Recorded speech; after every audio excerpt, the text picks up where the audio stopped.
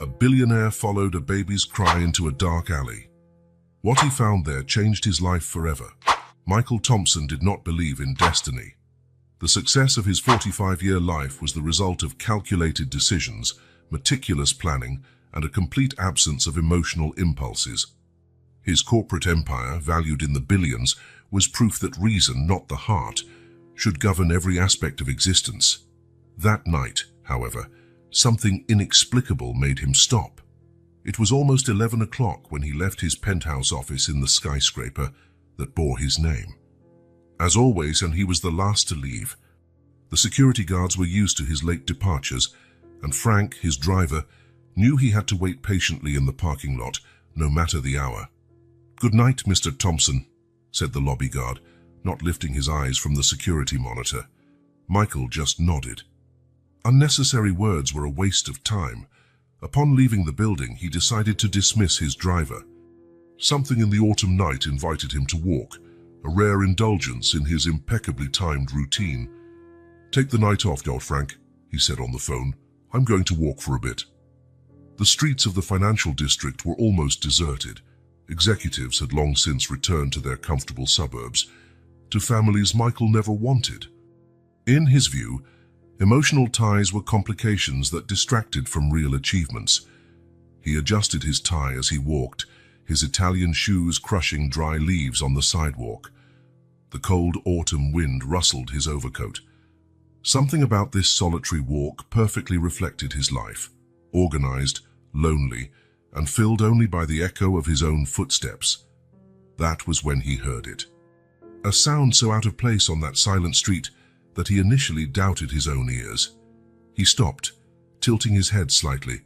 There it was again, a cry, weak, distant, but unmistakably human. Ignore it, he told himself. After all, it wasn't his problem. New York was full of personal tragedies, and Michael Thompson wasn't the type to get involved in any of them. He kept walking faster now. The crying grew clearer, coming from an alley between two commercial buildings. Michael sped up, determined to walk right past. 3 steps later, he stopped. Something about that cry, fragile, desperate, abandoned, reached a part of Michael he didn't even know still existed. A long-buried memory of a 4-year-old boy crying alone in a cold orphanage room. "Damn it," he muttered, pivoting on his heels. Entering the dark alley, Michael turned on his phone's flashlight. The beam revealed the typical scene of an urban alley. Trash cans, broken bottles, soggy newspapers, nothing out of the ordinary. But the crying continued. He moved forward, the sound guiding him toward a pile of discarded boxes. Carefully, he moved them aside, the phone's light illuminating what lay behind. Shock hit him like a punch.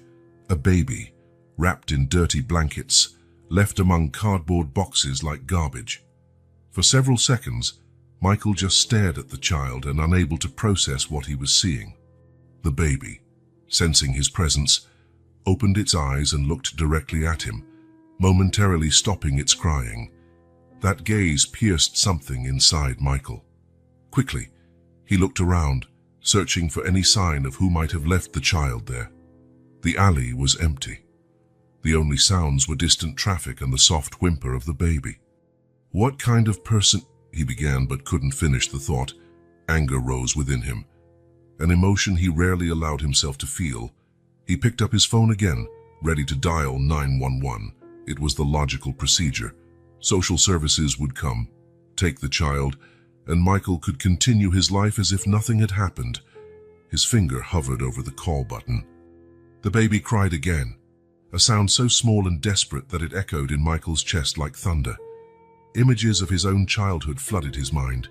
The cold institutions, distant caregivers, the crushing loneliness of being nobody to anyone. Before he could rationalize his actions, Michael put the phone away. He leaned down and carefully picked up the tiny bundle. The baby was surprisingly light, warm against the night's chill. "It's okay," he murmured, the words sounding strange in his mouth. "I'm not leaving you here." With the baby secure in his arms, Michael left the alley, walking quickly to the main avenue.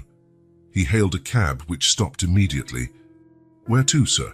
asked the driver, eyeing him curiously in the rearview mirror. Michael hesitated only for a second.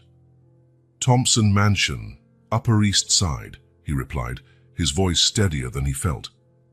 During the ride, the baby calmed down, falling asleep against Michael's chest. Looking at the little face, one question echoed in his mind. What was he doing? He knew nothing about babies. His house wasn't prepared for a child. His life had no space for responsibilities like this, and yet something deep inside him knew he could not hand this child over to the same system that had failed him so many years ago. When the taxi stopped in front of the imposing mansion, Michael paid the driver generously and quickly climbed the entrance steps. His decision was already made, though he couldn't rationally explain why. Mrs. Parker, his longtime housekeeper, answered the door and froze upon seeing the bundle in her employer's arms. "Mr. Thompson, is that a baby?" he answered simply, entering the house. "Found her abandoned in an alley." "My God!" Mrs. Parker exclaimed, covering her mouth with her hands. "Did you call the police?" Michael looked at the sleeping baby, then back at his housekeeper. "No, not yet." And at that moment, Michael Thompson, the billionaire who had never made an impulsive decision in his adult life, who calculated each move with mathematical precision, who avoided emotional connections like a disease, did something completely out of character. He made a decision based purely on instinct. "We'll need a few things for the night. Tomorrow we'll decide what to do." What Michael didn't know as he climbed the stairs with the tiny bundle in his arms was that the cry in the night, that chance encounter in a dark alley, had just completely altered the course of his meticulously planned life. Forever. The Thompson Mansion, usually a monument to order and silence, turned into a hub of frantic activity. Mrs. Parker, recovered from the initial shock, took charge with an efficiency that surprised even Michael.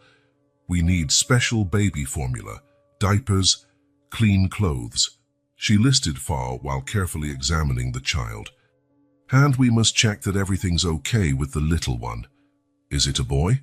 asked Michael, realizing he hadn't even checked this basic detail. The housekeeper gently pulled the blanket aside. "A girl," she corrected with a kind smile. "And she seems to be doing all right, given the circumstances." Michael looked at the small creature in his arms, feeling completely out of his element. In business meetings, he was ruthless, decisive.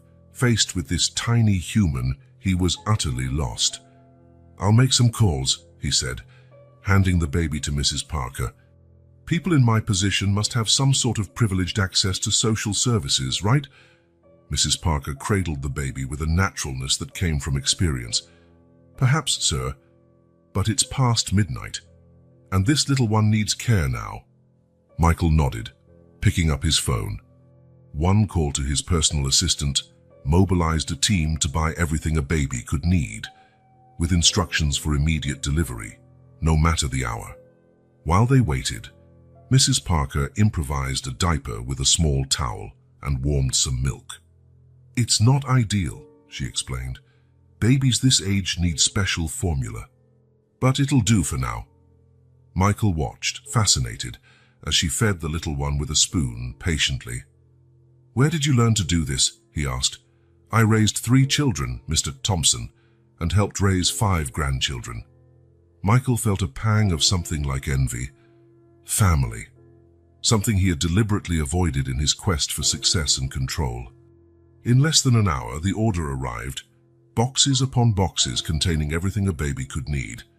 Diapers, bottles, clothes, a portable crib, toys, specialized formula, the power of money in action. Mrs. Parker promptly turned one of the guest rooms into an improvised nursery. While she prepared the appropriate bottle, Michael found himself alone with the little one, now dressed in a light pink onesie, looking at him in quiet curiosity. "Now what?" he asked her, immediately feeling ridiculous. "What do I do with you?" His fingers, which signed multi-million-dollar contracts without hesitation, trembled slightly as he touched the baby's cheek. She responded by grasping his finger with surprising strength. Something inside Michael collapsed, a wall he hadn't known he'd built. Mrs. Parker returned with the freshly prepared bottle. "Would you like to feed her, sir?" Michael hesitated, then nodded. He sat in the armchair while the housekeeper showed him how to hold the baby properly, how to position the bottle. "Not so tilted. That's it. Perfect." The little one drank eagerly, her eyes never leaving Michael's face. It was as if she were studying him, assessing him. "What do you think is going to happen to her?" Mrs. Parker asked gently. Michael didn't answer immediately. The logical response danced in his mind. Tomorrow, he would call the authorities. He would explain how he found the baby. Perhaps he'd make a generous donation to ensure she received proper care. Then he would return to his perfectly organized life. But as he watched the tiny face, memories he had buried long ago resurfaced. The orphanage, the feeling of being just a number, the endless parade of potential adoptive parents who always chose another child. The cold no blanket could warm. "I don't know," he finally answered, surprised by his own honesty. After feeding, Mrs. Parker taught him how to hold the baby against his shoulder to burp her. The little one let out a surprisingly loud sound for her size, making Michael smile involuntarily. "She's got strong lungs," he commented. "A good sign," replied the housekeeper.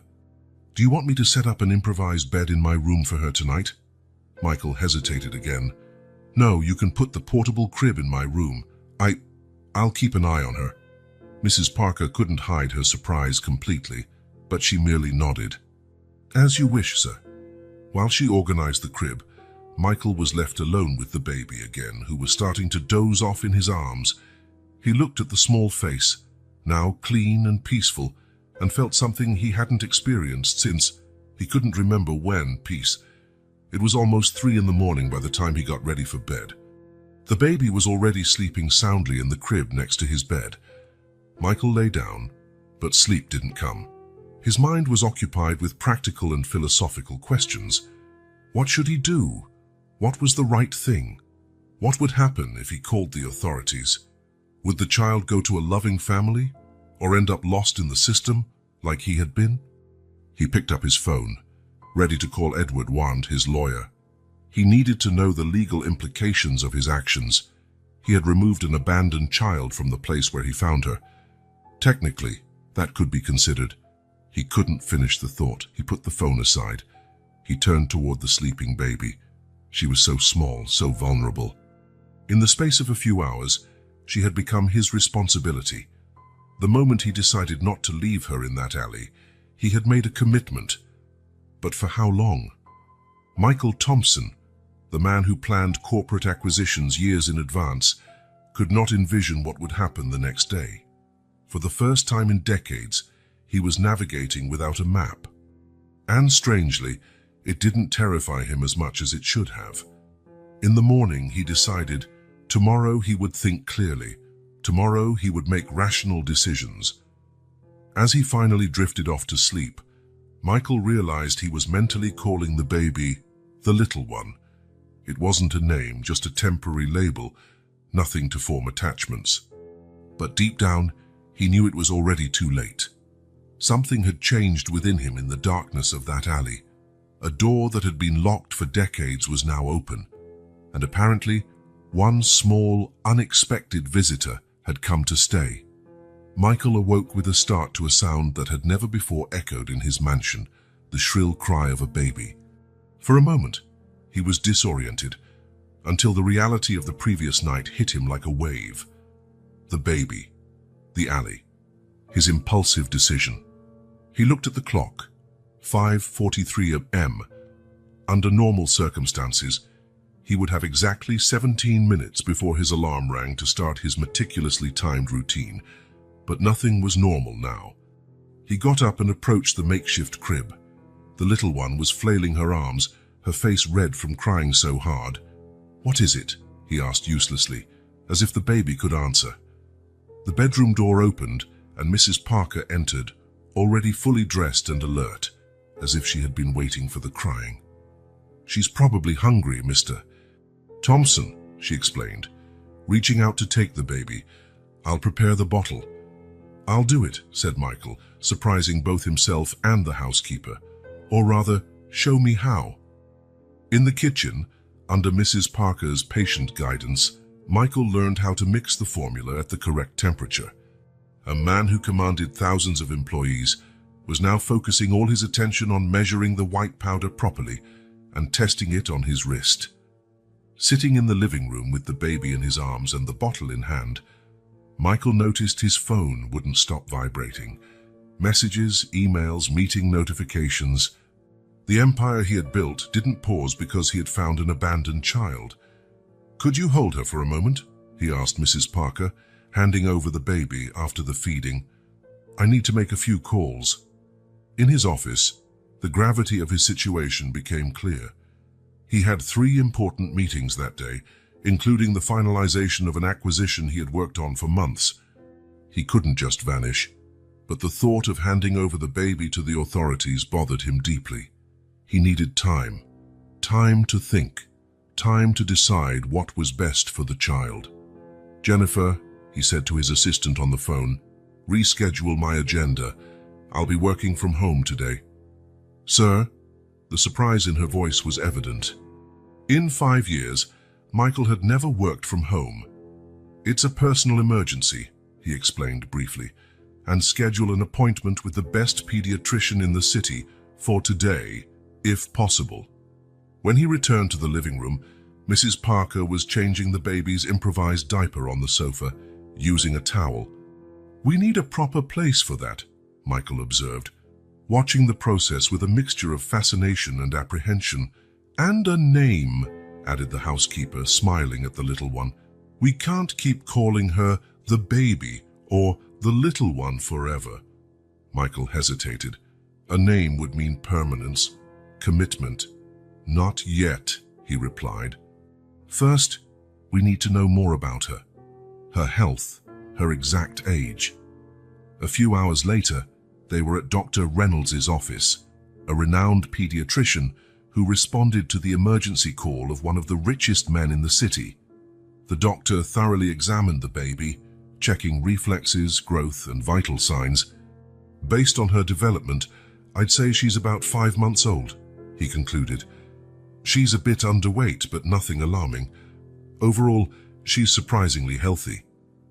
Michael felt an inexplicable sense of relief. "So she's fine?" "Physically, yes," the doctor replied, adjusting his glasses. "Mr. Thompson, I understand the situation is unusual. May I ask how this child ended up in your care?" Michael gave a brief explanation of finding her in the alley, omitting the fact he had not notified any authorities. The doctor nodded, his expression hard to read. "In such cases, there is a protocol to follow," he said carefully. "The authorities should be notified immediately." "I'm aware," Michael replied. "My lawyer is taking care of it." It wasn't exactly a lie. He had a meeting scheduled with Edward that afternoon, precisely to discuss the legal situation. Back at the mansion, Michael tried to balance his work with caring for the baby. He set up a baby monitor in his office to hear if she cried during her nap. Between contract reviews, he answered emails while holding the little one in his lap. During a teleconference, he kept his microphone on mute while gently rocking the baby when she started getting restless. It was an exhausting and inefficient juggling act. When Edward Morris arrived for the meeting, he found a Michael Thompson who barely resembled the impeccable, unflappable executive he had known for years. His client's tie was loose, sleeves rolled up, and a suspicious milk stain adorned his shoulder. "I see the rumors are true," said Edward, looking at the baby asleep in a makeshift playpen in the corner of the office. Michael explained the situation in detail, omitting nothing. "What are my options?" he finally asked. Edward sighed, adjusting his glasses. "Legally, you should have notified the police immediately. By not doing so, you've complicated the situation. But now we have a few options. We can notify the authorities and explain the situation. There will be questions about the delay, but given your position and intentions, we can handle it. And the baby. She would go to a temporary shelter while they search for relatives. Michael felt a tightness in his chest. And if they don't find anyone? Foster care, Edward replied simply. A long silence followed, broken only by the soft breathing of the sleeping baby. What if I wanted... Michael hesitated, the question sounding absurd even to himself. What if I wanted to apply as a temporary guardian? Edward's eyes widened, clearly taken aback. Michael, it's not like adopting a puppy. It's a huge responsibility. I'm aware. And your life isn't structured for... I can restructure it, Michael interrupted, with the same determination he used to close impossible business deals. Edward studied his client and friend for a long moment. I can start the process if that's truly what you want, but it'll be complicated. You'll have to explain why you didn't contact the authorities immediately, and there will be investigations into your suitability as a guardian. Do whatever it takes, Michael replied, looking over at the small, sleeping form. I want to give her a better chance than I had. When Edward left, Michael sat down next to the playpen watching the baby sleep. He had barely known her for 24 hours, yet he was contemplating turning his life upside down for her. It was irrational, impulsive, completely out of character, and yet he felt strangely at peace with the decision. His phone rang, displaying Albert's name, his vice president. Michael, we need you at the investors' meeting tomorrow. There's no way to reschedule again. Reality hit him. How could he juggle all this? The company, the baby, the legal investigations. I'll be there, he promised, hanging up shortly after. He looked again at the little one and then at Mrs. Parker, who had quietly entered the room. We need help, he finally admitted. More than just yours, although you've been wonderful. A nanny, suggested the housekeeper. Yes, Michael agreed. Someone experienced, trustworthy, available immediately. As Mrs. Parker left to make some calls, Michael realized he was at the beginning of a journey for which he had no map. Each step would be uncharted territory, but as he watched the baby open her eyes and smile when she saw him, he knew there was no turning back. As irrational as it seemed, that little creature abandoned in a dark alley had found a direct path to a heart Michael hadn't even realized he still had. 3 days had passed since Michael found the baby. 3 days of constant adaptations, sleepless nights, and a complete upheaval of his meticulously planned routine. His mansion, once a monument to order and minimalism, now looked like a battlefield filled with bottles, diapers, and colorful toys. Mrs. Parker had proven an invaluable support, but even she needed rest. The search for a qualified nanny was turning out to be more difficult than closing multi-million-dollar deals. The 3 candidates sent by the specialized agency simply didn't seem suitable. One was overly strict, another seemed uncomfortable upon learning of the unusual situation, and the third seemed more interested in the salary than in the child. We need someone special, Michael told Mrs. Parker as he tried to answer emails with the baby asleep in his lap. Someone who understands the unique circumstances. That afternoon, Michael was on a crucial video conference when the doorbell rang. He glanced at the security camera as Mrs. Parker opened the door. A young woman stood at the entrance, brown hair tied back in a simple ponytail, modest but neat clothes, a slightly tense posture. Michael continued his meeting, losing interest in the unknown visitor. Probably another candidate from the agency, he thought. Almost an hour later, when he finally ended the call, Mrs. Parker knocked softly on the office door. Mr. Thompson, there's a young woman named Emma who would like to speak with you, she announced, her tone suggesting something unusual. She isn't from any agency. She just showed up on her own, asking if we needed help with cleaning or childcare. Michael frowned. How did she know about the baby? She didn't, apparently. She said she's been going door to door looking for a job. The situation was peculiar. Michael Thompson was not the type of man who interviewed candidates without extensive background checks, much less someone who showed up unannounced. Politely send her away, he instructed. We have agencies working on this. Mrs. Parker hesitated, which was rare for her always efficient demeanor. Normally I would agree, sir, but there's something different about this girl. She has a way with children. The little one was fussy, and when Emma picked her up, well, you should see for yourself. Intrigued, Michael followed the housekeeper to the living room. There he found the young woman sitting on the couch, cradling the baby, who was sleeping peacefully in her arms. There was a naturalness in the way she held her, a confidence none of the previous candidates had displayed. The young woman rose carefully upon seeing him. "Mr. Thompson," she said, her voice soft but not shy. "I'm sorry for showing up without warning. I'm Emma." Emma Clark. Michael studied her for a moment. There was something in her eyes, a mix of determination and something else he couldn't identify. "Mrs. Parker told me you're looking for a job," he said. "Yes, sir. I'll do any kind of work." Cleaning, cooking. Her eyes briefly flicked to the baby in her arms. "And I have experience with children." "How exactly did you end up at my door, Ms. Clark?" "I've been visiting houses in this neighborhood for days. I lost my job 2 months ago. My rent is due this week and—" She paused, as if afraid to reveal too much. The baby stirred in her arms, and with an automatic movement, Emma adjusted her position and murmured something softly, soothing her immediately. "It seems you two get along," Michael observed, noticing how the little one nestled comfortably against Emma.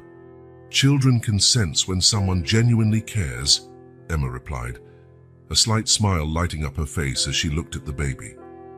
Michael exchanged looks with Mrs. Parker, who nodded almost imperceptibly. "Why don't we talk a bit more?" he suggested, indicating a chair. Over the next half hour, Michael conducted what could be described as an impromptu interview. Emma answered his questions with straightforward honesty, though she seemed cautious when talking about her past. She had worked at a daycare, then at a diner. She claimed to have references, though she hadn't brought them. "I wasn't expecting an interview today," she explained. "I was just hopeful." The conversation was interrupted when the baby woke up and began to fuss. Before Michael or Mrs. Parker could intervene, Emma gently adjusted the little one in her arms. "I think she's hungry," Emma commented, as if she could interpret every nuance of the baby's cries. "And maybe she needs a diaper change." "How do you know?" asked Michael, surprised by her certainty. Emma smiled. "Experience. Each baby has a different cry for different needs. This one," she looked affectionately at the child, "has a slight hiccup when she's hungry." Michael watched, astonished, as Emma cared for the baby with calm efficiency, accepting the bottle Mrs. Parker prepared and feeding her as if they'd done it together 100 times. "Is she adopted?" Emma asked casually, her eyes on the baby. "It's complicated," Michael replied. "I found her recently. We're working on the legal side of things." Emma looked up quickly, something indescribable flashing across her face before her expression returned to its earlier serenity. "I see. She's very lucky." A moment of comfortable silence followed as the baby finished her bottle. Michael noticed something almost hypnotic in watching Emma with the child, a sense of peace that sharply contrasted with the chaos of the past few days. "Is the position live-in?" Emma finally asked, breaking the silence. "That would be ideal," Michael replied. "The room next to the babies is set up for a nanny. Days off are negotiable, but I'd need someone mainly available during the week when I'm at the office." Emma nodded thoughtfully. "I don't have many belongings. I could start immediately." Michael hesitated. The sensible decision would be to check her references first, do a background investigation, follow the proper process. But there was urgency in the situation. He had to get back to the office. Mrs. Parker needed help, and the baby responded exceptionally well to Emma. "Consider this a probation period," he finally decided. "1 week to start. Mrs. Parker will show you the room and explain the routine." Emma's smile lit up her whole face. "Thank you very much, Mr. Thompson. I promise you won't regret it." While Mrs. Parker took Emma to see the house, Michael returned to his office, reflecting on the strange chain of events redefining his life. First, the abandoned baby, now this mysterious young woman appearing at his door exactly when he needed help. Coincidences happen, of course, but in Michael Thompson's experience, they were rarely this convenient. He decided he would discreetly ask Edward to investigate Emma Clark's background. Nothing invasive, just a routine check. After all, he was entrusting her not only with his home, but also with the tiny creature who, surprisingly, had become the most important thing in his life. What Michael did not know as he typed a message to his lawyer was that Emma Clark had her own secrets, and those secrets were much closer to him than he could possibly imagine. Days turned into weeks, and a surprisingly harmonious routine took shape in the Thompson mansion. Emma had integrated so easily, it impressed everyone. It was as if she had always been there, as if she knew every corner of the house and each of the baby's needs. Michael readjusted his professional life. He started his day earlier, spent some time with the baby before heading to the office, and returned in time to see her before bedtime. Meetings that once stretched late into the night now had strict end times. The billionaire who never checked the clock during negotiations now frequently glanced at the time, eager to get back home. "You seem different," Albert commented during a board meeting. "More human." Michael merely shrugged, but secretly he knew it was true. He felt different. Every smile from the little one, every tiny achievement, holding her own bottle, sitting up unaided, sparked a pride no corporate acquisition had ever given him. At home, he watched with fascination as Emma took care of the baby with a blend of professional expertise and genuine affection. There were moments when the young nanny looked at the child with such intensity that Michael wondered what was going through her mind. One evening, arriving home earlier than usual, he found them in the living room. Emma was sitting on the rug, shaking a colorful rattle while the baby, lying on her tummy, tried to reach it. "That's it, sweet girl," Emma encouraged. Almost there. Michael hovered in the doorway, not wanting to interrupt the moment. There was something almost magical in the interaction between the two, a bond that went beyond a typical nanny-child relationship. The little one finally managed to scoot forward a bit and grab the rattle, shaking it triumphantly. Emma clapped enthusiastically. "Did you see that?" she exclaimed, finally noticing Michael's presence. "She's starting to crawl." Michael stepped into the room, kneeling on the rug beside them. "Really?" he asked, looking at the baby, who now happily chewed on the rattle. "Yes, it's a big developmental milestone," Emma explained, her eyes shining with pride. "Soon she'll be crawling all over the house. We'll have to child-proof the outlets," Michael noted automatically. Emma looked at him with an expression he couldn't quite interpret, surprise mixed with approval. "I've already installed outlet covers," she said, "and put up baby gates at the stairs. Hope you don't mind." Michael realized Emma was not just caring for the baby, but anticipating her future needs. It was a level of commitment that went beyond professional duty. Over dinner, with the baby asleep, Michael decided to learn more about the young woman who had turned the initial chaos into a manageable routine. "How did you learn so much about babies, Emma?" She seemed momentarily uncomfortable, toying with the food on her plate. "I worked at a daycare for a while, and I've always been good with children." "You have a natural ability," Michael observed. "The little one clearly adores you." Emma smiled, but there was a shadow in her eyes. "She's special. She deserves all the love in the world." A moment of silence passed, and then Michael approached a subject he had been putting off. "Edward, my lawyer, has initiated proceedings for me to get temporary legal custody, while we search for any relatives. Of course." Emma's hand froze for an instant, her fork halfway to her mouth.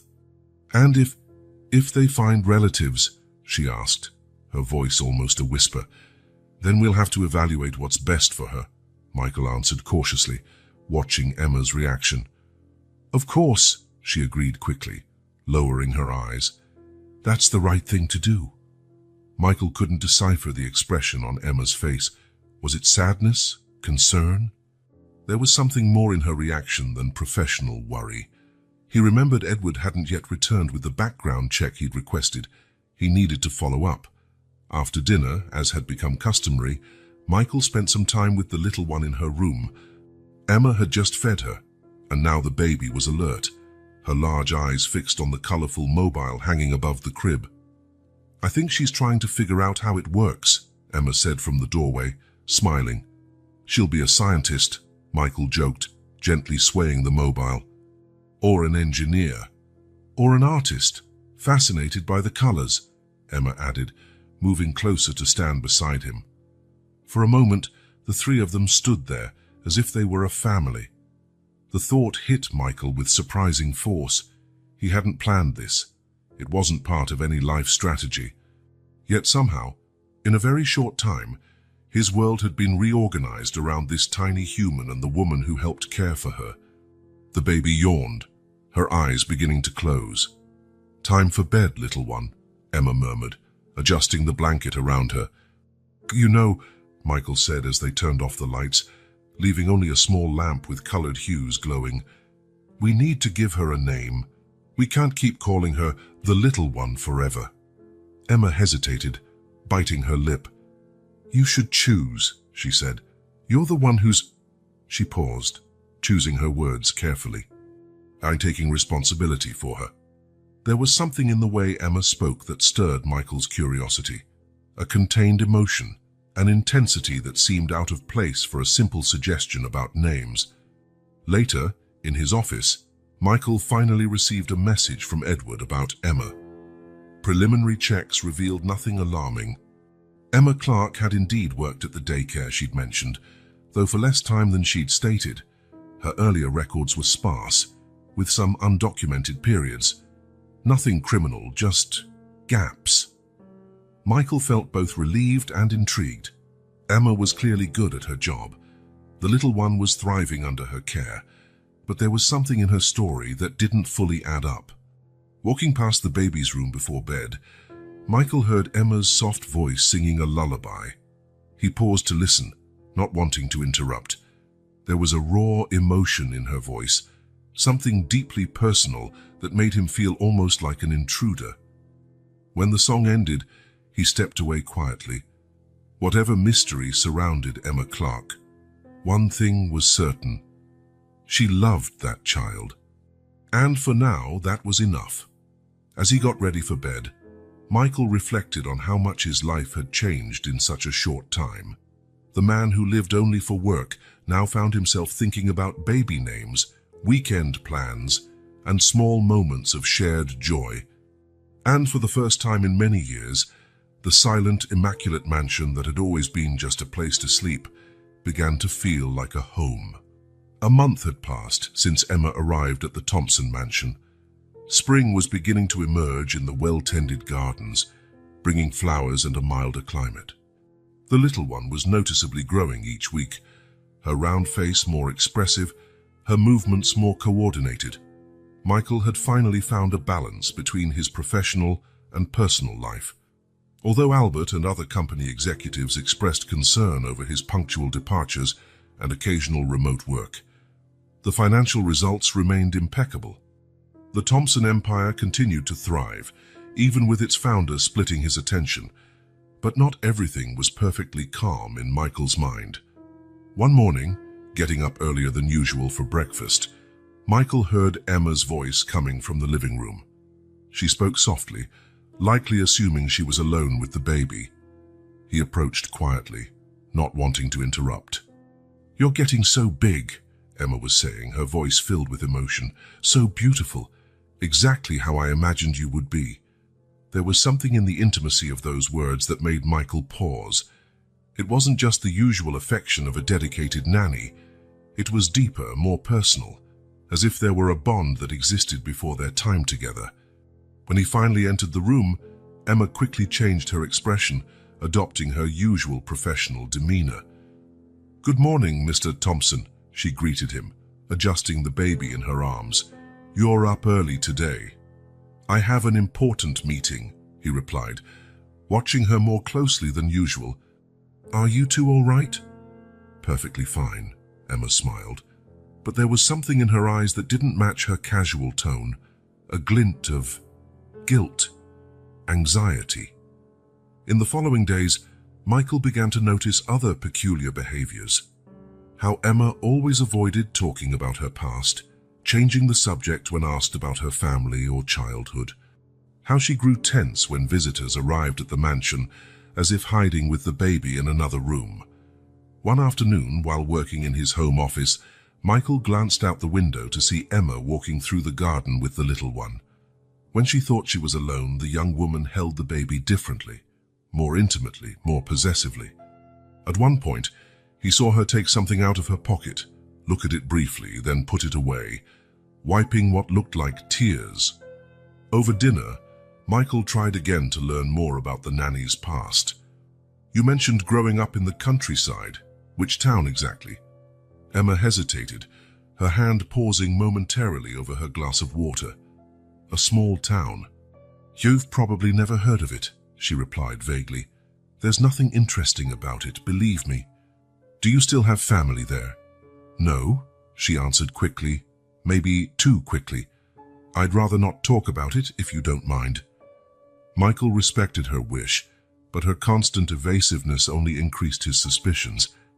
What secrets was Emma hiding that made her so reluctant to share even the most basic details of her life?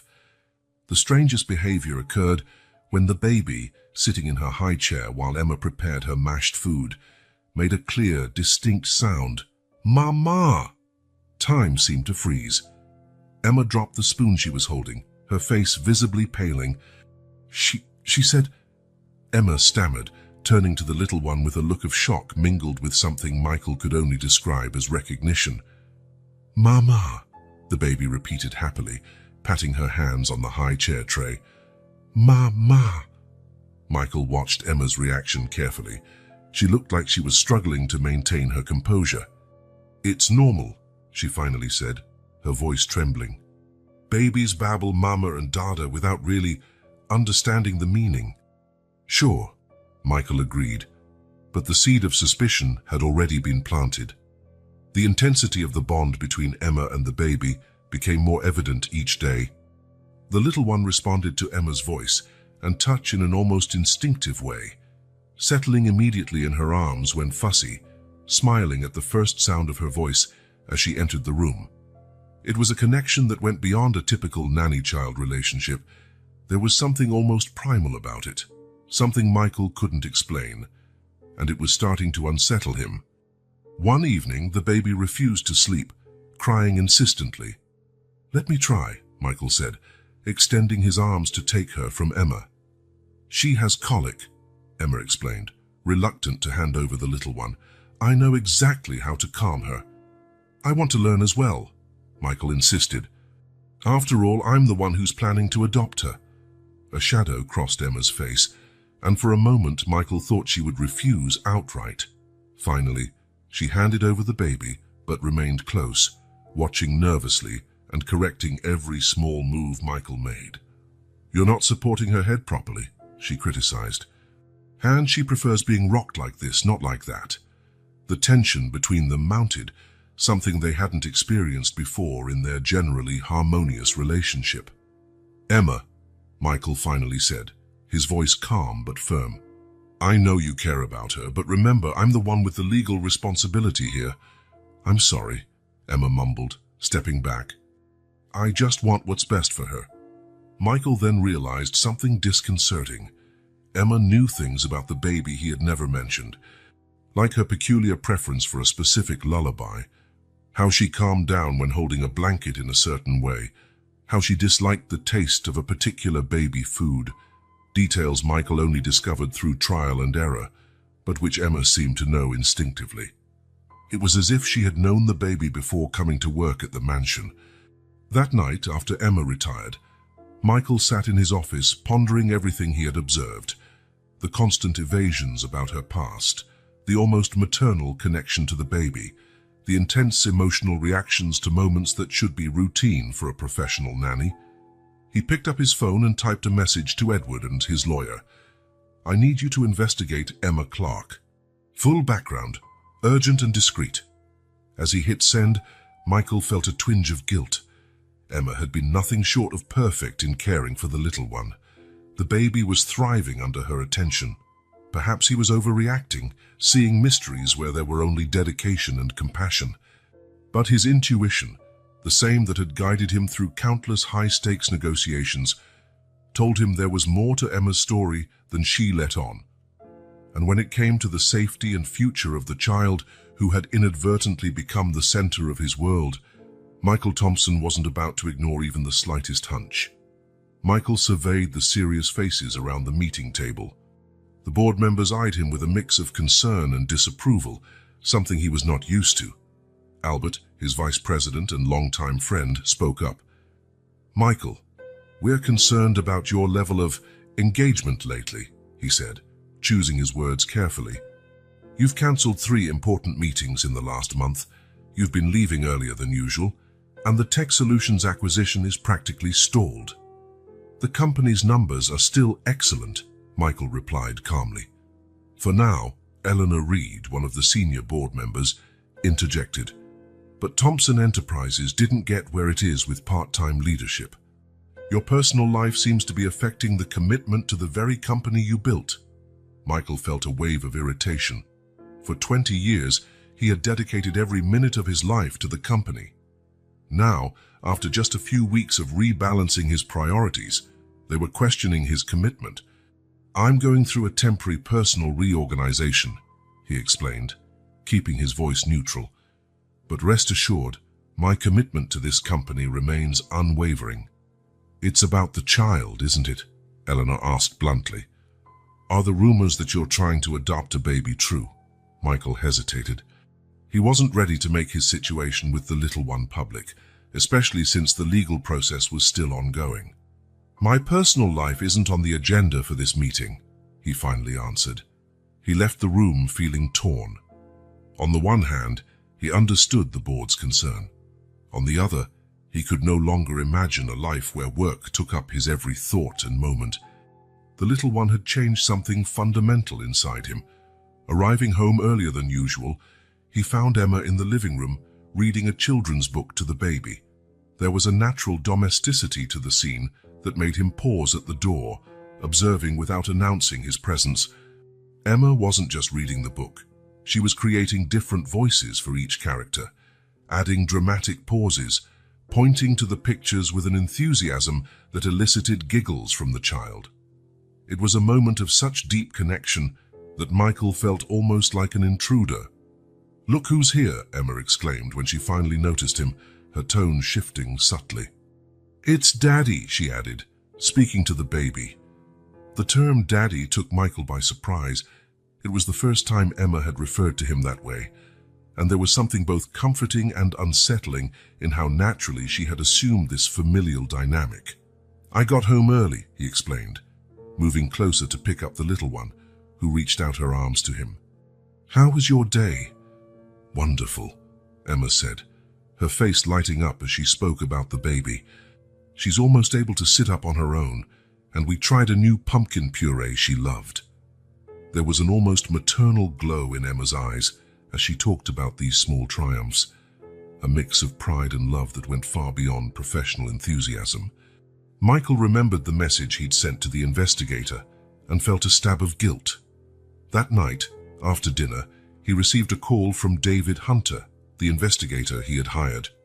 "I have some preliminary information about Emma Clark," the investigator said.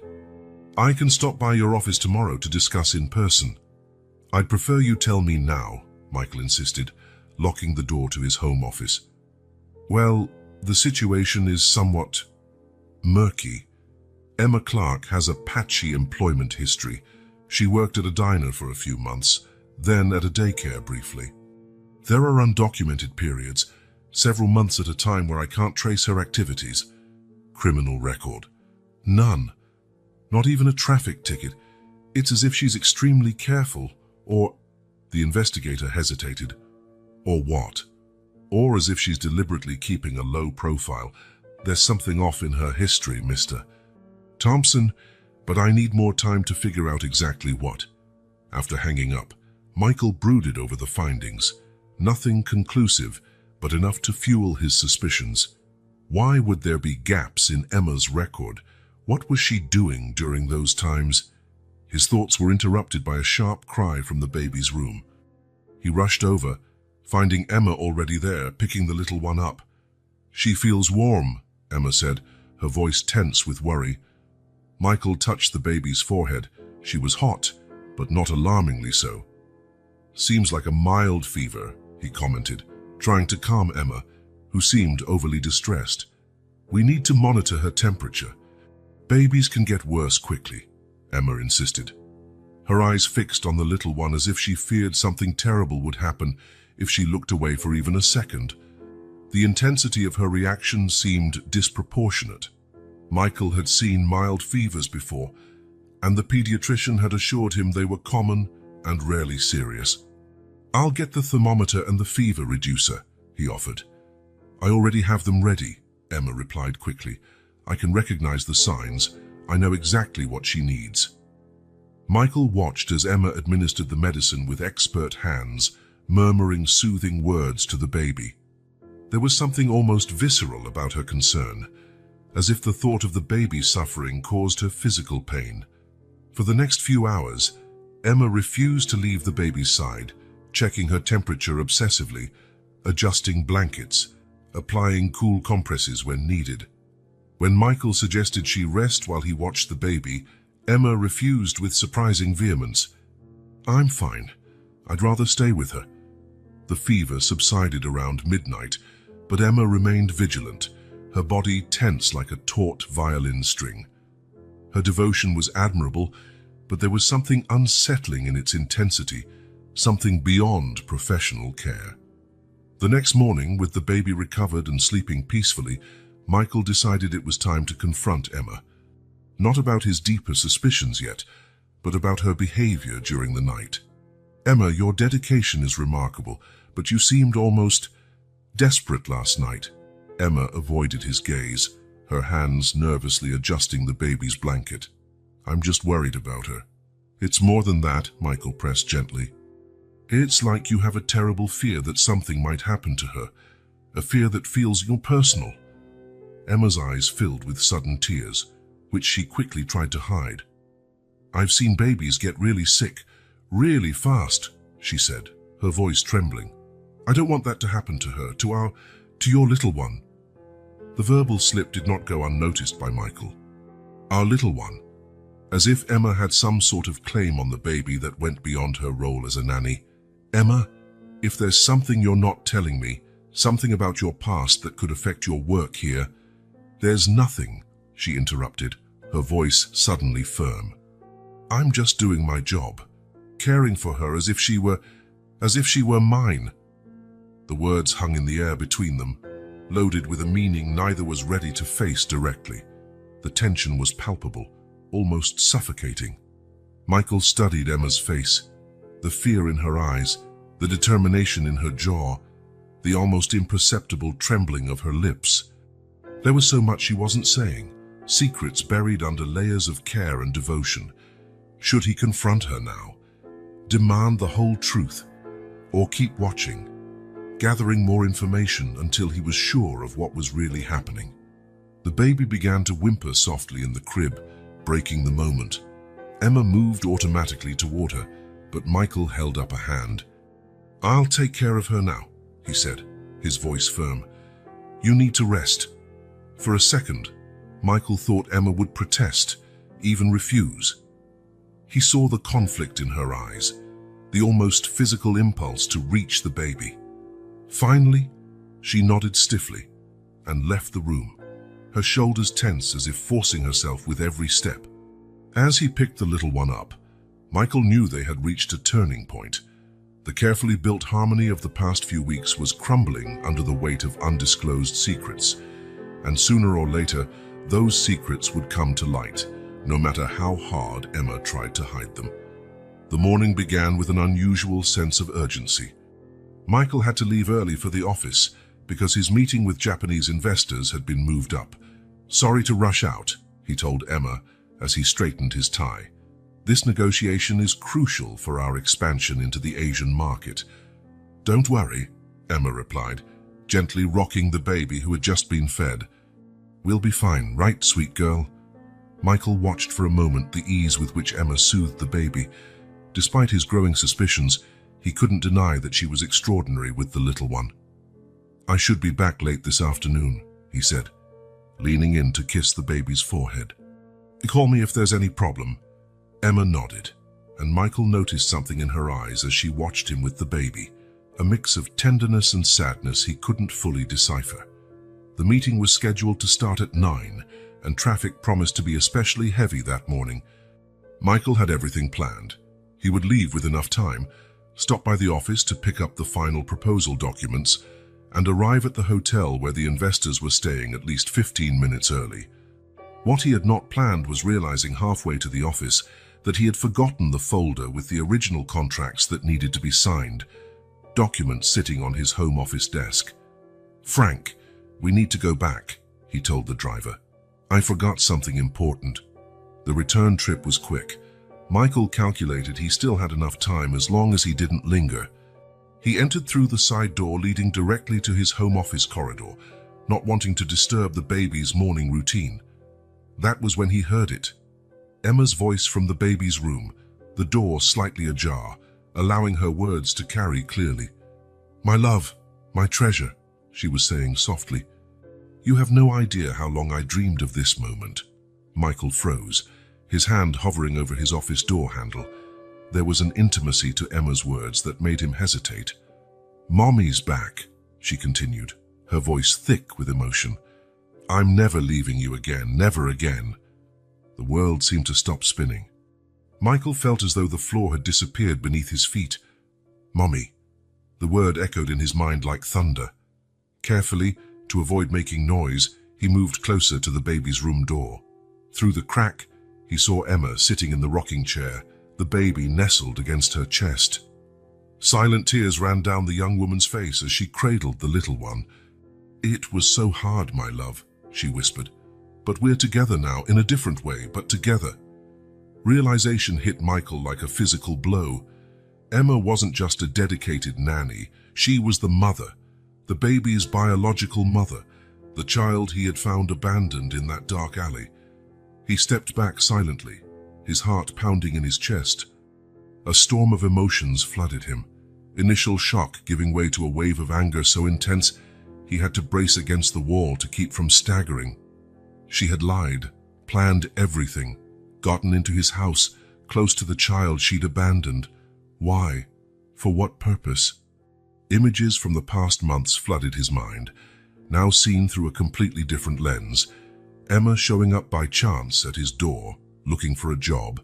Her immediate knowledge of the baby's needs, not intuition or experience, but because she was the mother.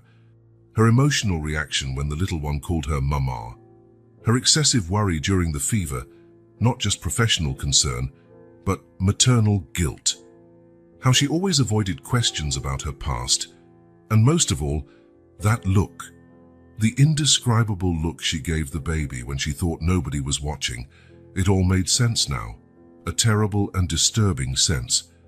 Michael composed himself enough to quietly grab the folder from his office and leave unnoticed. In the car, he instructed Frank to continue to the meeting, though his mind was a million miles away from business or contracts. "Everything all right, Mr. Thompson?" the driver asked, noticing his pale complexion. "Yes, Frank. Just focusing on the meeting." Somehow, Michael survived the next 4 hours. He presented figures, discussed clauses, negotiated terms. His professional autopilot kicked in, while inside he processed the devastating revelation. When it finally ended, he politely declined the investor's lunch invitation, citing other commitments. He needed to think. He needed to decide what to do. Instead of heading home, he asked Frank to take him to Central Park. He walked for hours among the trees and lakes, his phone turned off, his mind in turmoil with conflicting thoughts and emotions. How should he proceed? Confront Emma immediately, call the police. She had abandoned a child, a crime. But she was also the biological mother, which legally complicated his own position. As the afternoon wore on, his initial anger gave way to more complex questions. Why would a mother abandon her baby only to then look for a job in the house of the person who found her? If she wanted the child back, why not simply take her when they were alone? What circumstances would drive a woman to such a desperate act? He recalled Emma's evident devotion, how she took genuine care of the baby. It didn't seem like the behavior of someone who would abandon her child without reason. When the sun began to set, Michael sat on a bench, physically and emotionally exhausted. All the certainties he had built in the last few weeks, about the baby, about Emma, about the future he imagined, were now on shifting sand. But one thing was clear: he could no longer continue living under the same roof with Emma, sharing care of the baby without knowing the entire truth. Whatever the story behind her actions, he needed to hear it. Michael turned his phone on to find dozens of messages and missed calls. The most recent was from Emma, worried about his late return. The concern sounded genuine, which only made everything more confusing. "Frank," he said, returning to the car that waited at a short distance, "take me home." During the ride, he made his decision. He would confront Emma tonight, after the baby was asleep. He would demand the complete truth, no half answers or evasions. And depending on what he heard, he would decide the next steps. One thing was certain: the life he had begun to build, the little improvised family they formed, would never be the same after tonight. When the car finally stopped at the mansion's entrance, Michael took a deep breath, preparing for the confrontation that could change everything. Michael entered the mansion to find Emma and the baby in the living room. With his newly acquired knowledge, he looked at them through completely different eyes. How had he not noticed before? The shape of the baby's eyes, the delicate contour of her chin, they were Emma's features. Subtle, but undeniably present.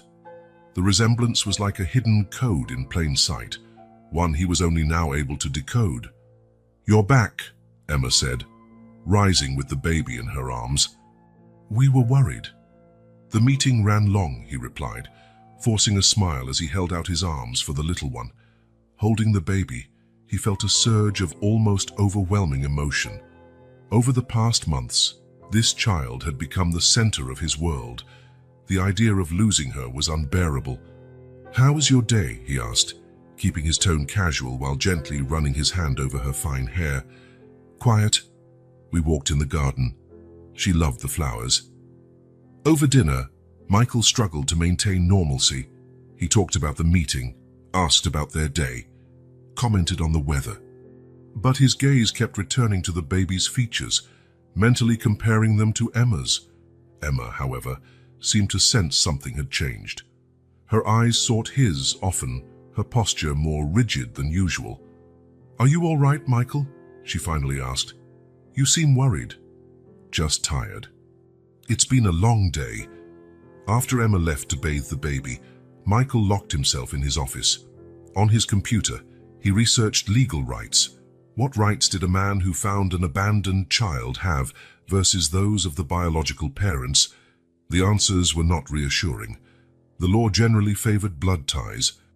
If Emma decided to claim the baby, proving she was the biological mother, her chances would be significant, unless he could prove she was unfit. Abandonment, depending on the circumstances, was not always considered sufficient proof.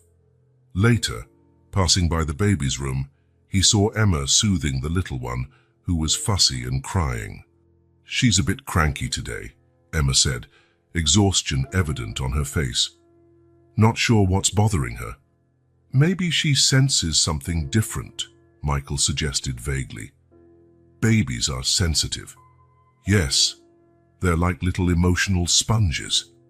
Back in his room, Michael spent hours staring at the ceiling, tormented by unanswered questions.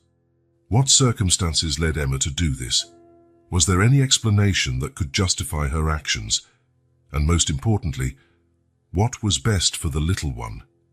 The ethical dilemma consumed him. If he confronted Emma, he might trigger a battle that would traumatize everyone. If he didn't, he would continue living with a lie that would grow like a chasm between them. The next morning, tired after almost no sleep, he made his decision. He needed to know the whole story before making any judgment. Finding Emma in the kitchen, he smiled as if nothing were wrong. "I was thinking," he said casually while pouring his coffee, "maybe we could talk tonight. I have some ideas about the little one's future I'd like to discuss with you." "Sure," Emma replied, evident relief in her voice, unaware that this conversation would change everything between them.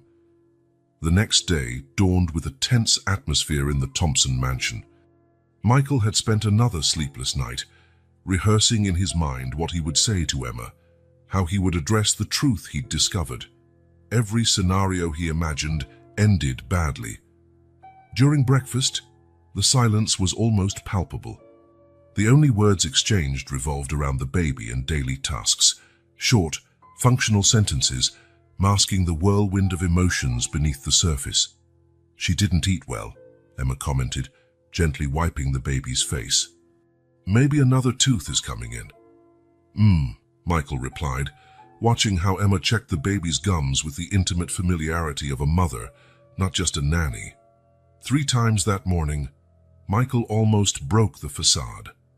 When Emma hummed a lullaby while changing the little one's diaper, when he saw her kiss the baby's tiny hands repeatedly with absolute adoration, when their hands brushed briefly while passing the bottle, and Emma's startled eyes met his.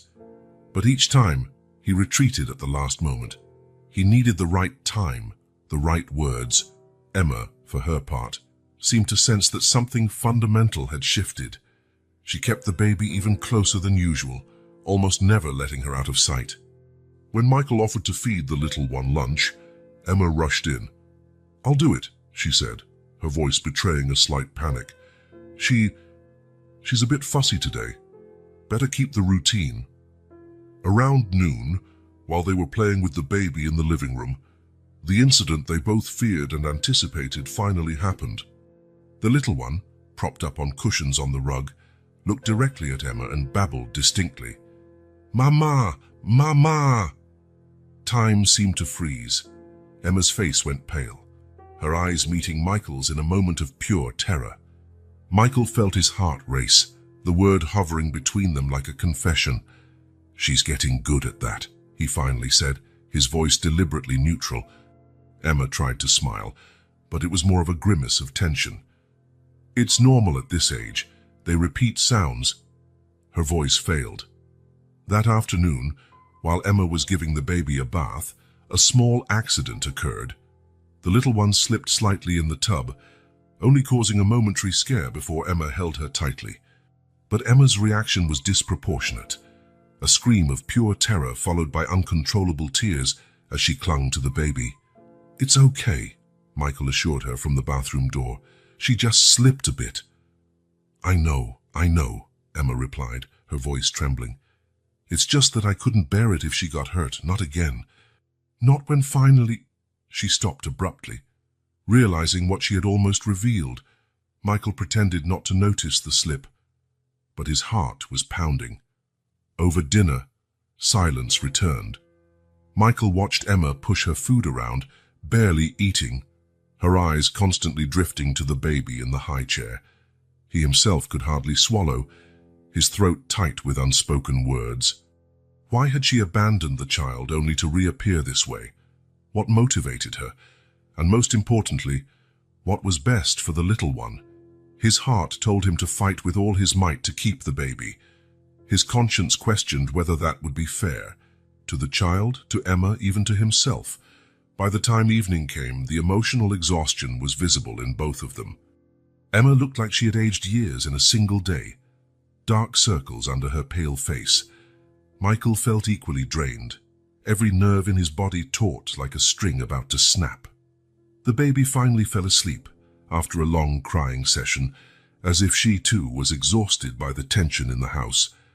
Downstairs, Michael found Emma sitting alone in the dark living room, the soft glow of a lamp illuminating her face. It was time. He could not postpone it any longer. "Emma," he said, his voice calm but resolute, "we need to talk about the truth." She lifted her eyes to him, and Michael saw not surprise but resignation, as if she had been waiting for this moment all along. "Yes," she simply replied, "I think we do." The silence in the living room felt alive, almost tangible, each second stretching like a string about to break. Michael looked away from the window and faced Emma, his expression a mask of forced calm. "I know you're her mother," he finally said, the words falling between them like stones in still water. "I heard you call yourself Mommy when you thought no one was listening." Emma showed no surprise. Instead, her body seemed to collapse, as though a weight she had carried for a long time had finally become unbearable. Tears began rolling silently down her cheeks. "How?" she began, her voice barely audible. "Yesterday morning. I came back to get a folder and heard you in her room." Emma covered her face with her hands, her shoulders shaking with suppressed sobs.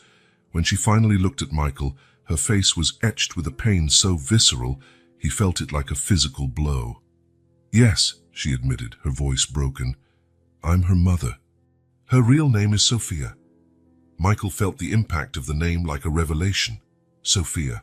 The little one had a name that had never been spoken in this house, an identity kept secret. "Why?" he asked, almost in a whisper. "Why abandon her in an alley only to show up at my door?" Emma took a deep breath, trying to control her sobs. "I never wanted to leave her," she began, her voice trembling. "You can't imagine how it destroyed me to leave my daughter in that alley. It was the hardest thing I've ever done."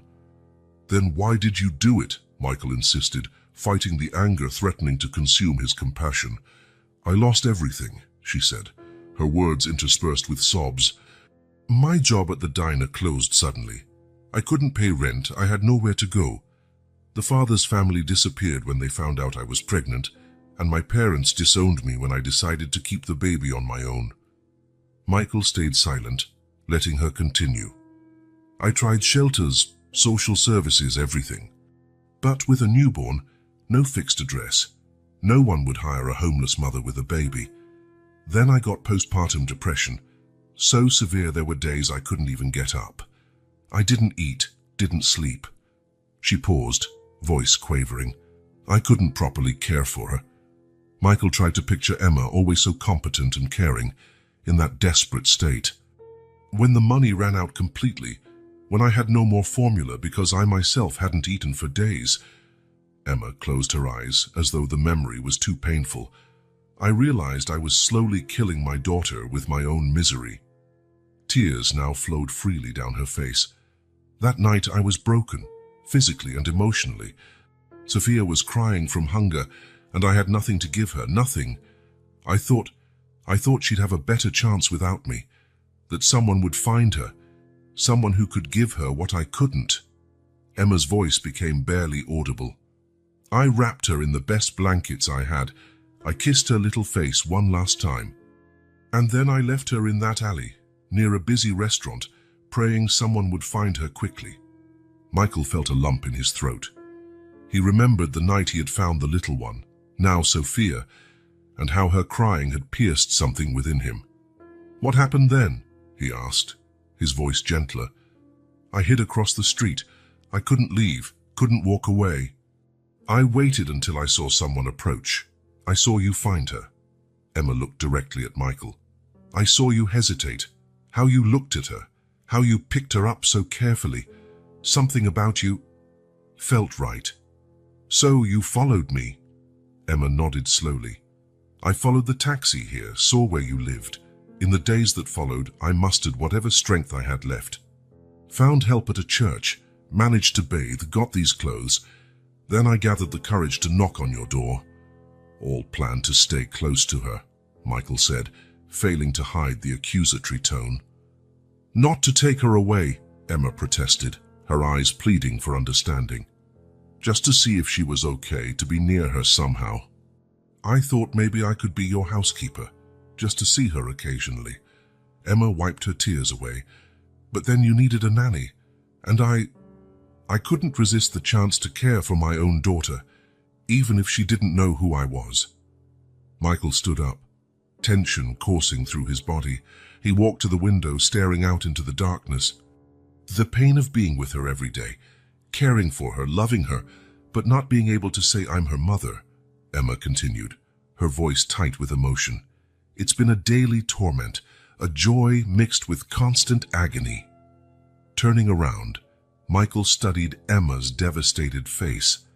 He saw not just the dedicated nanny he had come to know, but also a mother who had made the most painful decision imaginable, believing it was best for her child. "Please," Emma begged, standing as well, her entire body trembling. "I know I have no right to ask for anything. I know what I did is unforgivable, but I beg you, don't separate me from her again. I can't bear to lose her a second time." Tears now streamed down Emma's face, her body shaking with sobs that seemed to come from the depths of her soul. "She is everything to me. Everything." Michael felt torn between compassion for Emma's obvious pain and a sense of betrayal for the weeks of deception. Upstairs, little Sophia slept innocently, unaware of the drama unfolding over her future. Emma dropped to her knees, her sobs turning to silent, devastating weeping. "Please," she whispered one last time. Michael remained silent, processing all he had just heard, each revelation reshaping his understanding of what had happened and what might happen next. Time seemed suspended in the Thompson mansion's living room. Michael looked at Emma, still on her knees, her body bowed under the weight of her confession. With a deep sigh, he finally spoke. "Stand up, Emma." His voice was not harsh but tired, bearing the weight of the night's revelations. Emma obeyed slowly, uncertain of what would come next, her face streaked with what seemed like endless tears. "You lied to me." "For weeks," Michael said, running his hand through his hair in frustration. "You entered my home under false pretenses, took advantage of my trust." Emma lowered her gaze, accepting the accusation without protest. "I know what I did is unforgivable," she murmured. "Every day I spent here, I wanted to tell you the truth, but I was so scared of losing Sophia again, scared of what you would do." Michael sat down, gesturing for her to do the same. When Emma hesitated, he insisted, "Please. This conversation is far from over, and neither of us should face it standing."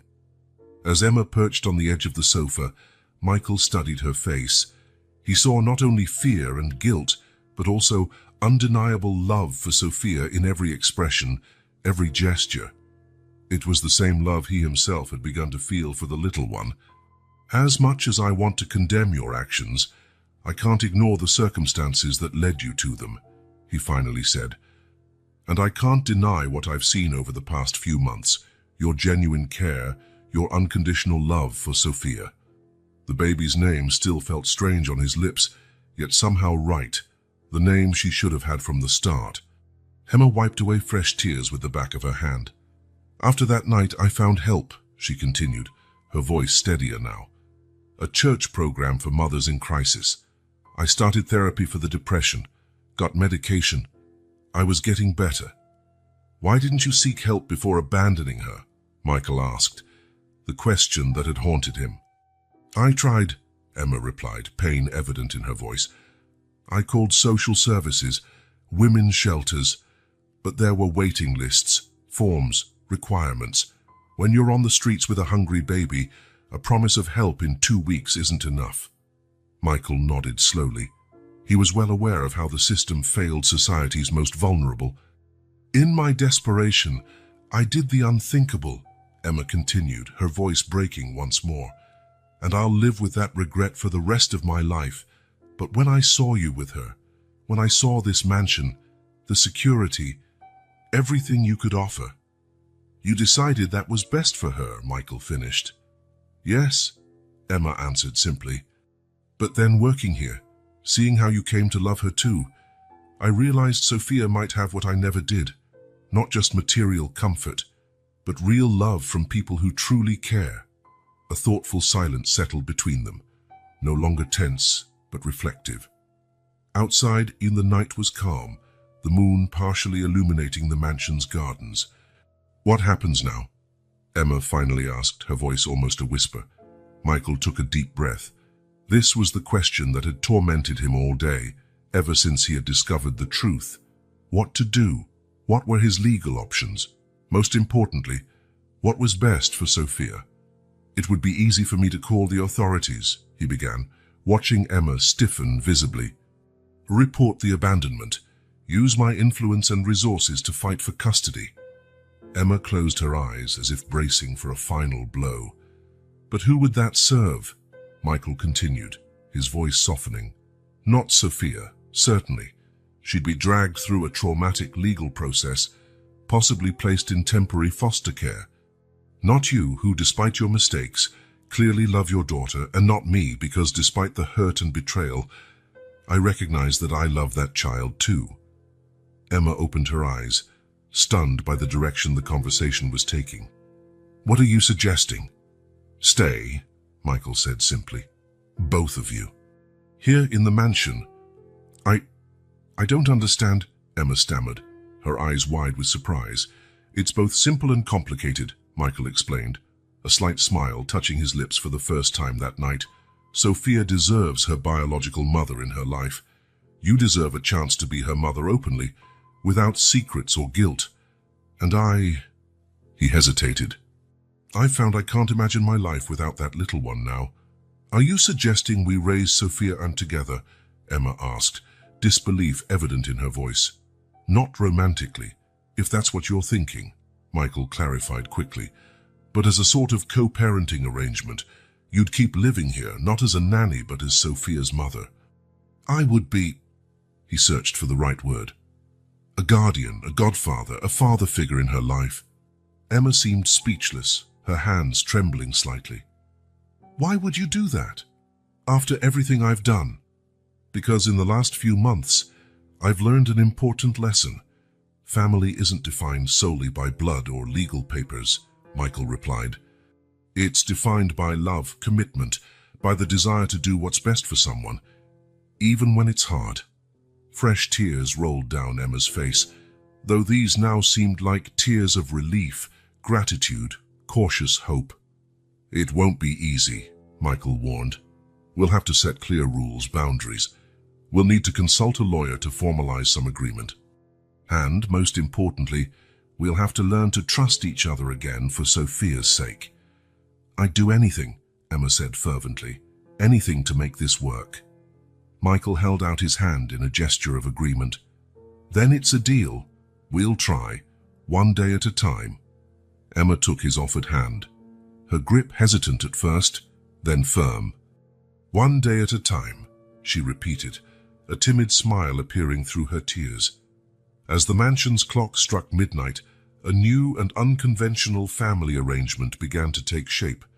A family formed not by planning or tradition, but by extraordinary circumstances, mistakes and forgiveness, and above all, by the shared love for a tiny child who had inadvertently transformed two lonely lives.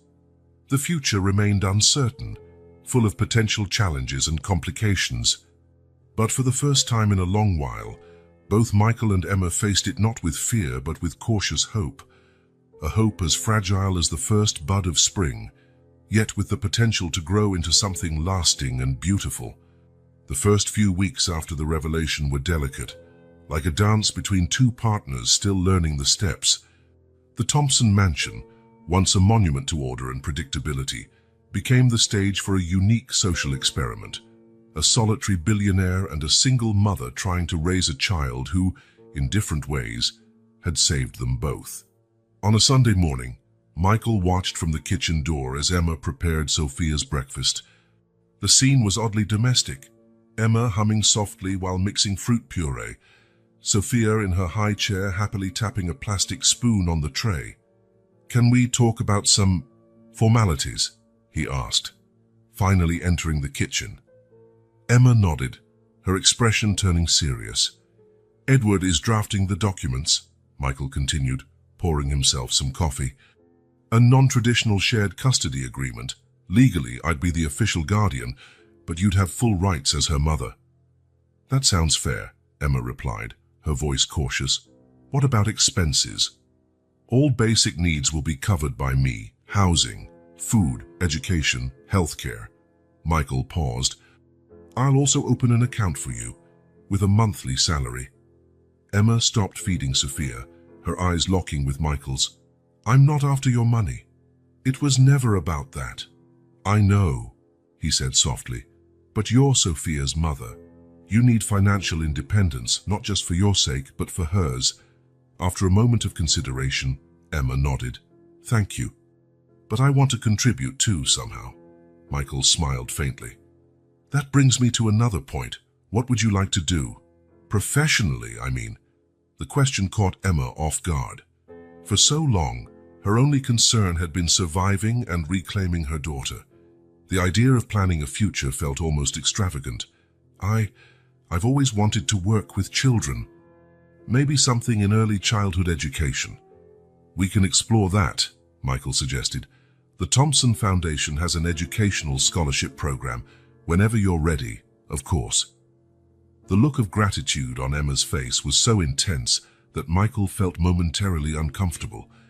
He wasn't used to seeing the direct impact of his wealth on someone's life so closely. As the days went on, they established a routine.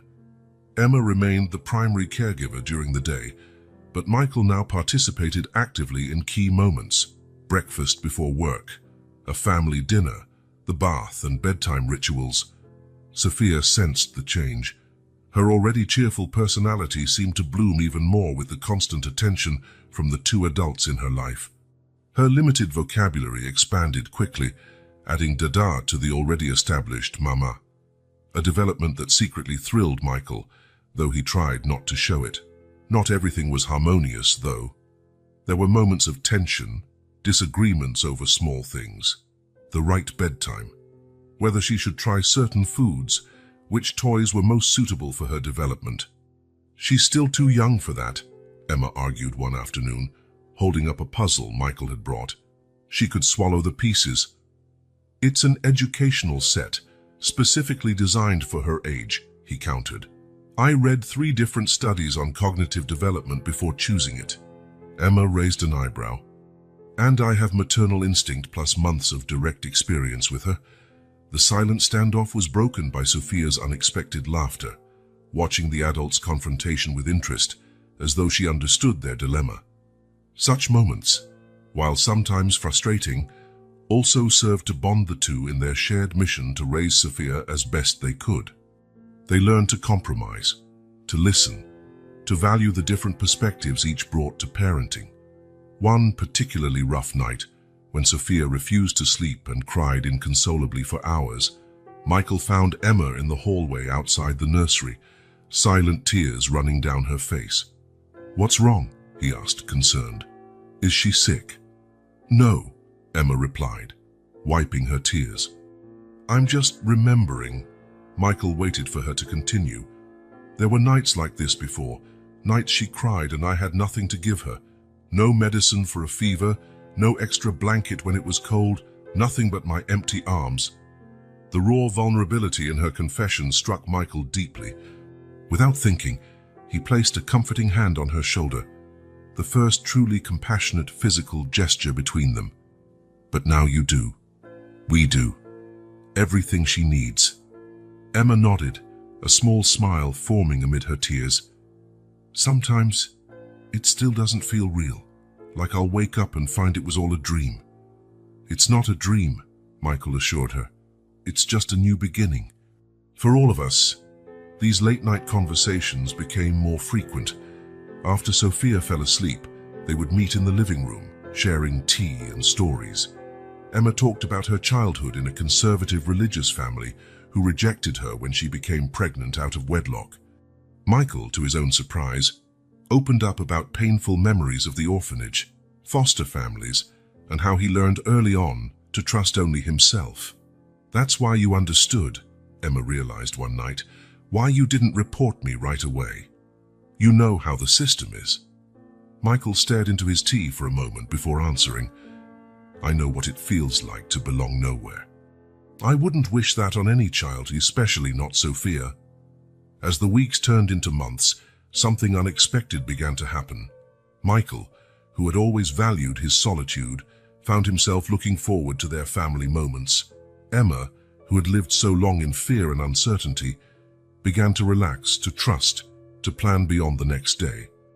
And Sophia, The little soul who had inadvertently united these two unlikely partners thrived with a security and joy only a truly loved child could display. One Friday evening, Michael arrived home earlier than usual, bringing a small surprise, a children's star projector. "I thought we could set this up in her room," he explained, almost shyly. "I read that it can help with bedtime routines." Instead of protesting or questioning, as she might have weeks ago, Emma smiled. "It's perfect. She loves the stars in the book we read to her." After dinner, the three gathered in Sophia's room. Michael set up the little projector while Emma bathed the baby. When they finally turned off the lights, the ceiling and walls turned into a softly dancing field of twinkling stars. Sophia, lying in her crib, gazed in wonder at the display above her, her tiny fingers trying to catch the lights. Emma sat in the rocking chair nearby, while Michael stood by the door watching wordlessly. Emma extended her hand, inviting him closer. Hesitant, Michael crossed the room and sat on the arm of the chair.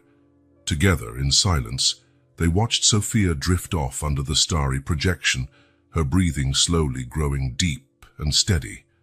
There were no tears, no struggle, just a peaceful calm that seemed to envelop all three of them. In that moment, under the dancing stars, they were simply a family.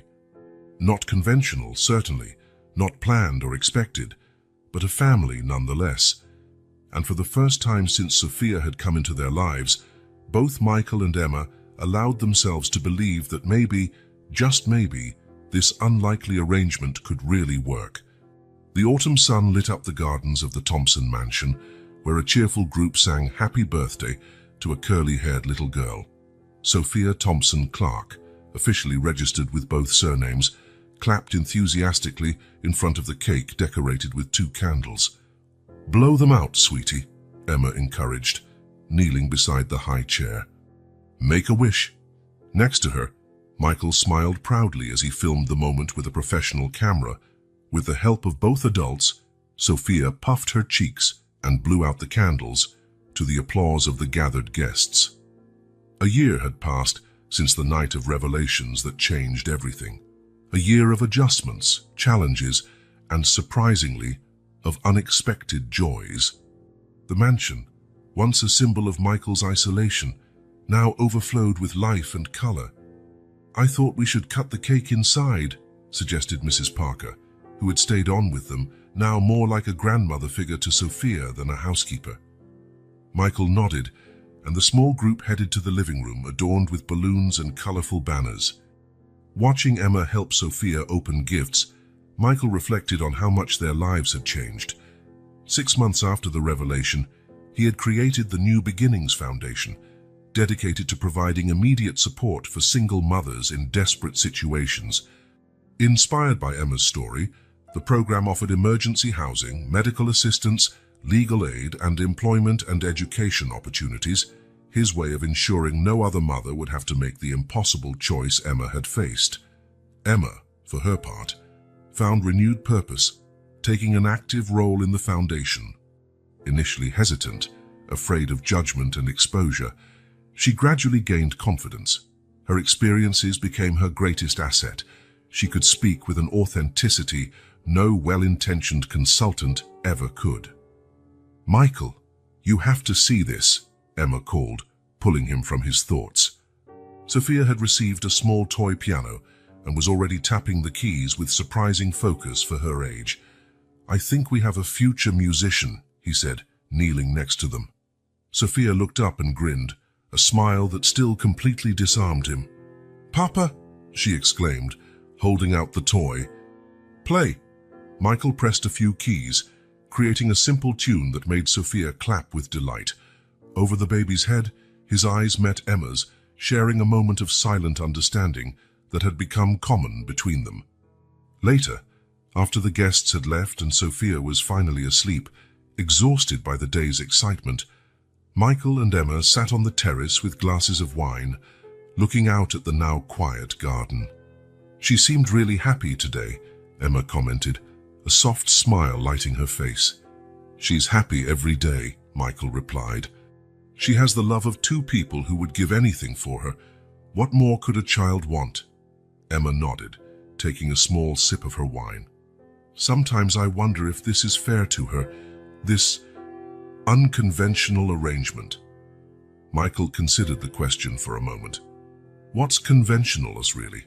I was born into a conventional family that abandoned me at an orphanage. I grew up dreaming of a traditional family I never had, he said, pausing to find the right words. Sophia has stability, security, and unconditional love. That's more than many children in conventional households ever get. You always know just what to say to make me feel better, Emma said with a faint smile, visibly relaxing. I'm just telling the truth. Michael set down his glass. Speaking of which, Dr. Rivera mentioned that Sophia is developing exceptionally well. She said children who receive consistent attention from multiple caregivers often show advanced social skills. Multiple caregivers, Emma repeated with a light laugh. A technical way of describing our unlikely family. The word family lingered between them, weighted with significance. At first, they had been careful with terms like that, unsure of how to define their relationship. Now, a year later, the words slipped out naturally. If someone had told me 2 years ago that I'd be sitting here, celebrating the birthday of a child I consider my daughter, with a woman who... Michael stopped, suddenly aware of the delicate territory. A woman who deceived you, and then became your co-parent, Emma finished, always direct when it came to her past. It's a woman who endured the unthinkable and had the courage to start over, he corrected gently. A woman I've come to admire deeply. Emma looked away, but not before Michael noticed the blush creeping into her cheeks. Their relationship had evolved into something neither of them expected, a partnership rooted in mutual respect, shared purpose, and, most surprisingly, in a quietly growing affection. The foundation admitted 3 more mothers this week, Emma said, changing the subject. One of them is only 19, with newborn twins. Abandoned by her boyfriend, rejected by her parents, just like I was. Now she has a chance, Michael replied.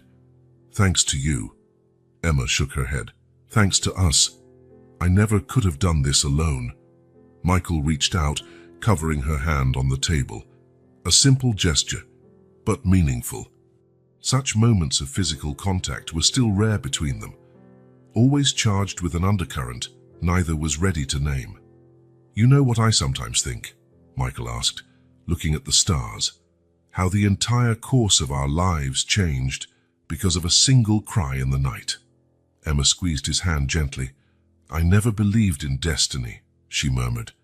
Until now? Above them, the stars sparkled serenely, silent witnesses to an extraordinary journey no one could have predicted. The next morning, Michael woke to the sound of laughter coming from the garden.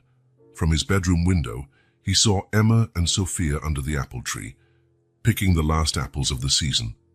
The little one, in her pajamas, sat perched on Emma's shoulders, reaching out her tiny hands to grab the fruit.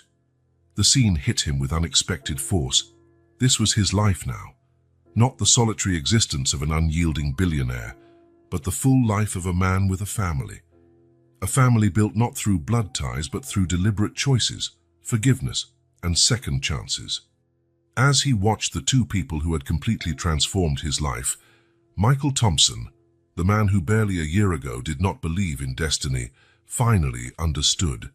Sometimes the greatest gifts come disguised as tragedies, and the most extraordinary miracles begin with a simple cry in the night.